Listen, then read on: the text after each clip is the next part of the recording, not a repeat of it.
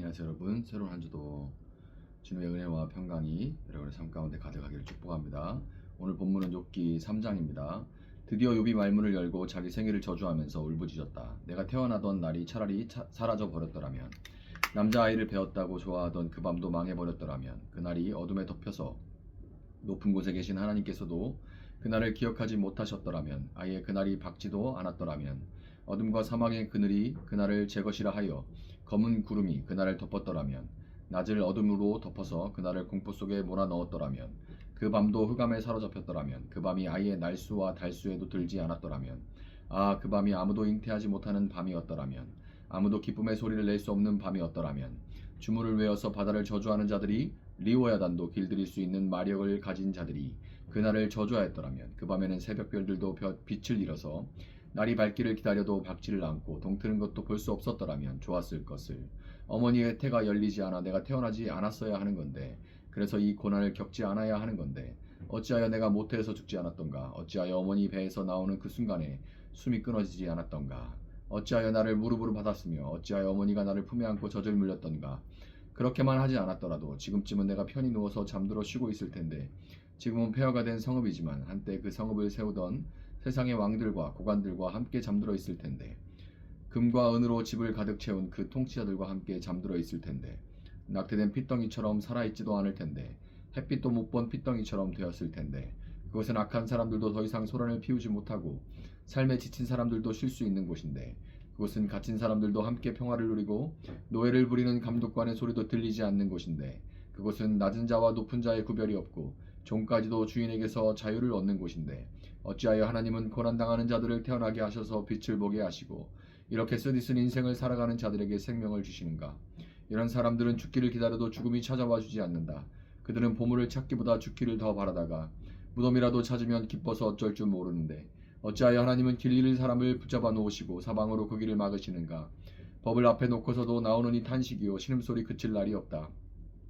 마침내 그렇게도 두려워하던 일이 밀어닥치고 그렇게도 무서워하던 일이 다가오고야 말았다. 내게는 평화도 없고 안정도 없고 안식마저 사라지고 두려움만 끝없이 밀려온다. 아멘. 자, 욥의 친구들인 대만 사람 엘리버스와 수아 사람 빌닷, 그리고 나아마 사람 소발이 욥이 재산과 자녀들을 모두 잃고 병까지 얻었다는 소식을 듣고 위로차 또 문병차 찾아왔습니다. 그들이 이제 멀리서 바라본 욥은 이미 본래의 그 귀티나는 모습은 온데간데 다 사라지고 이제 알아보기가 힘들 만큼 악성 종기와 피고름 또 진물에 덮여 있는 그런 모습이었기 때문에 친구들은 멀리서 보면서도 소리 질러서 울고 이제 옷을 찢으면서 친구의 그 아픔에 찢어지는 마음을, 그 슬픔을 표시를 했습니다. 그리고 마침내 이제 다가와서 가까이에서 욥이 보는 고통을 보게 되는 그 친구들, 당연히 입이 10개라도 만입이 있어도 할 말이 없겠죠. 처참한 그 광경에 한마디 말도 할 수가 없었고, 그렇게 밤낮 일주일 동안 그냥 욥과 함께 주저앉아서 땅바닥에 그냥 철푸덕 주저앉아서 땅이 꺼져라 한숨을 내쉴 수밖에 없었습니다. 하나님을 순전히 경외하는 욥은 처음에는 자신의 고난을 감사함으로 받아들이고 심지어 입으로 범죄하지 않기 위해서 그 와중에도 극도로 조심하는 그런 사람이었어요. 그렇지만 원인을 알 수 없는 그 고난이, 끔찍한 고난의 강도가 날이 갈수록 거세지자 어려움들이 있을 때 마음 한켠에는 그래도 하나님이 해결해 주시겠지라는 기대들이 있는데, 이거 지나고 나면 좀 더 잘해 주시겠지, 또 위로해 주실 거야, 이런 마음들이 있어요, 신앙이 있는 사람이라면. 그런데 이게 하나 후에 또 하나 터지고 또 하나 터지고 막 이렇게 강도가 거세지고 끝나지를 않고 그러면 절망하고 울부짖게 마련이죠. 더군다나 욥의 경우에는 이제 가까이에 함께, 아주 가까이에 함께 땅바닥에 널브러져서 시간을 함께 보내주는 그 친구들, 자신의 심정을 뭔가 충분히 공감하고 함께 그냥 울어줄 수 있는 그런 친구들이 있다, 이들이 같이 있다라는 생각이 들면서 그가 이제 입을 열어서 탄식하게 됐던 거죠. 뭔가 이 얘기를 들어줄 것 같다, 뭔가 이야기라도 해야 살 것 같다. 그것 때문에 이제 그 친구들이 있으니까 탄식을 하게 만든 거죠. 혼자 있으면 그냥 입을 조심하면서 그냥 고통스러워 했을 텐데 누가 있으니까 그러는 거죠. 욥은 이제 입을 열어서 자신이 태어난 날을 원망하기 시작합니다. 자신이 어머니의 태중에 잉태되던 그 밤을 저주하죠. 욥이 살던 시대는 과학이 발전하지 않은 시대이죠. 그리고 바다는 이제 가까운 내항 정도는 갔겠지만 먼 바다는 나갈 수 있는 그런 항해술도 없었고, 먼 바다로 가면은 떨어져서 죽고, 그 떨어진 곳에는 이제 괴물들이 살고 있다라고 이해하던 그런 시대예요. 그리고 그 바다에는 큰 리워야단이라는 뱀과 같은 괴물이 살고 있다고 생각하고 있었고, 하늘의 해가 이제 달의 그림자에 의해서 가려지는 이제 일식이 있고 또 월식이 있죠. 일식이 있고 월식이, 이제 달이 이질러지고 해가 이질러지는 이런 현상.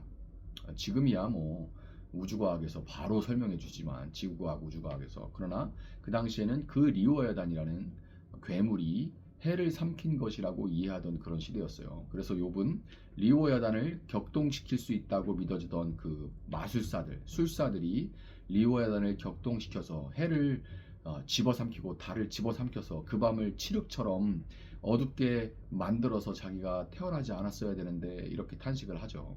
욥은 또한 자신이 차라리 모태에서 죽거나 낙태된 아이와 같았으면 좋았을 것이다 라고 탄식을 합니다. 한마디로 이제 차라리 나지 않았으면 이 고통을 겪지 않아도 됐을 텐데 왜 나는 이 땅에 태어나서 이렇게 아픔과 슬픔을 겪고 있는가, 왜 내 생명은 끊어지지 않고 이렇게 모질게 숨을 쉬고 뱉고 하고 있는가, 숨을 들이마셔지고 뱉어지고 왜 이러고 있는가. 그런데 여러분, 욥은 여전히 하나님 자체를 원망하는 것은 아니었습니다. 고통스러우니까, 너무 고통스러우니까 차라리 죽었으면 좋겠다 하고 탄식을 하고 있는 것 뿐이죠. 현실이 너무너무너무 고통스러우니까 천국에 대한 어떤 소망으로 이를 악물고 현실을 겨우 버텨내고 있는 겁니다. 연세 드신 이제 권사님들이나 아주 병이 깊은 어떤 성도님들을 문병하러 가면, 병원에 입원하셨을 때 병원 신방을 가면 아픔과 답답함 그리고 두려움, 이런 것들을 꾹꾹 눌러서 참고 계시던 분들이 젊은 목회자가 왔다고 어린아이처럼 그 젊은 목회자 앞에서 탄식하고 푸념을 꺼내기 시작하는 그런 일들이 참 많아요. 여기도 아프고 저기도 아프고 뭐 또 간병인 누구가 뭐 이렇게 했고 저렇게 했고, 뭐 섭섭하고 아프고 슬프고 답답하고 병실 답답하고 막 이런 얘기들 막 하시죠. 그러니까 이제 그거를 꾹꾹 눌러 참고 있다가 공감해줄 사람이 있다는 그 생각에 답답한 심정을 막 쏟아 놓으시는 거예요. 그러면서 꼭 추임새처럼 하시는 말씀, 붙이시는 말씀들이 있는데, 목사님, 하나님은 왜 저를 빨리 안 데려가실까요? 왜 저를 빨리 안 데려가실까요? 이제 그만 좀 데려가셔서 좀 편안해졌으면 좋겠습니다. 이제 좀 편안해졌으면 좋겠는데, 이런 말씀들을 이제 추임새처럼 꼭 하세요. 이게 진짜 죽고 싶다 그런 말일까요? 아니죠. 그 얘기를 들으면서 그렇게 죽고 싶으세요? 그럼 빨리 이제 하나님 빨리 데려가시면 좋겠네요. 이렇게 해달라는 게 아니죠. 그럼 어떻게 해요? 그냥 꾸역꾸역 그 얘기를 이제 주워 듣고 있는 거죠. 그러면서 함께 탄식하고 때로 눈물을 흘리면서 그냥 듣고만 있다가 겨우 한마디를 이제 드립니다. 그래도 권사님, 정말 이렇게 버텨주셔서 너무너무 감사합니다. 권사님이 그래도 이렇게 버텨주시고 계셔주시는 것만으로도 너무 감사해요. 이렇게 말을 할 수밖에 없어요. 그렇죠, 여러분. 욥이나 병원에 누워 계신 권사님들이나 얼마든지 탄식하고 차라리 죽고 싶다고 원망하고 할 수 있습니다. 이런 모습들은 절대로 신앙이 없거나 믿음이 약한 게 아니에요. 고통에 몸부림치고 마음이 무너져서 힘들어하면서도 하나님이 계시다는 것을 놓을 수가 없고, 이렇게 고통스럽게 나를 만드는 그런 신이라면 신은 없는 거다. 이게 안 되거든요. 이게 안 돼요. 그건 별개입니다. 하나님은 여전히 살아 계시는 거예요. 그 하나님이 살아 계시다는 것을 놓을 수가 없어요. 그리고 차라리 죽었으면 좋겠음에도 하나님이 주신 목숨이기 때문에 원망하면서도 꾸역꾸역 버티는 거죠. 근데 여러분 그 자체가 신앙입니다. 이게 신앙이죠. 꼭 육신의 병이 아니더라도 경제적인 고통으로 또 관계의 고통으로 차라리 그냥 죽었으면 좋겠다 하는 그런 생각이 들고 그 생각들이 어떤 계기로 입으로 이렇게 흘러나오는 분들이 많으실 겁니다. 그런 분들을 위해서 오늘 정말 기도하기를 원합니다. 오늘 하루도 버텨주시기를 부탁을 드립니다. 그저 버텨주시는 것만으로도 여러분의 일상, 이것과 같이 제가 이걸 시나리오 혹은 희곡이라고 말씀을 드렸죠.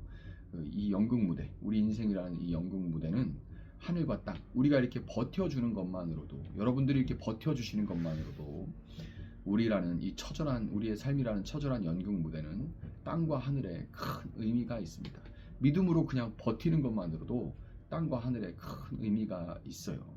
하나님으로부터 함께 기도할 때 참된 평화가 반드시 임할 것을 예수님의 이름으로 축복합니다. 제가 잠시 기도하겠습니다.